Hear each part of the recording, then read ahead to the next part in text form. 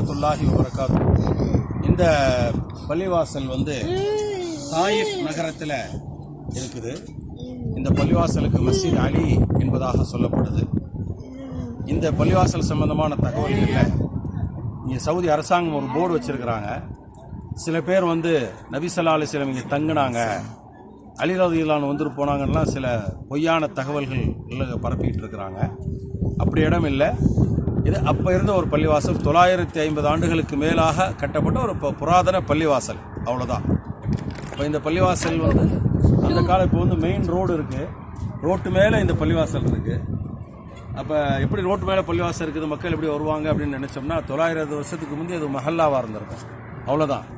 அதனால் இது எல்லா பள்ளிவாசலையும் போன்ற ஒரு பள்ளிவாசல், பழமை வாய்ந்த பள்ளிவாசல், புராதன பள்ளிவாசல், 900 ஆண்டுகளுக்கு மேற்பட்ட ஒரு பள்ளிவாசல், அவ்வளோதானே ஒழிய இந்த இடத்துல ரசூலுல்லாஹ் வந்துட்டு போனாங்க, இது ஒரு பரக்கத்தானது அப்படின்னு நினைக்கிறது மூட நம்பிக்கை என்பதாக சொல்லி இங்கே இருக்கக்கூடிய சவுதி அரசாங்கத்தில் அந்த போர்டில் போட்டிருக்கிறாங்க.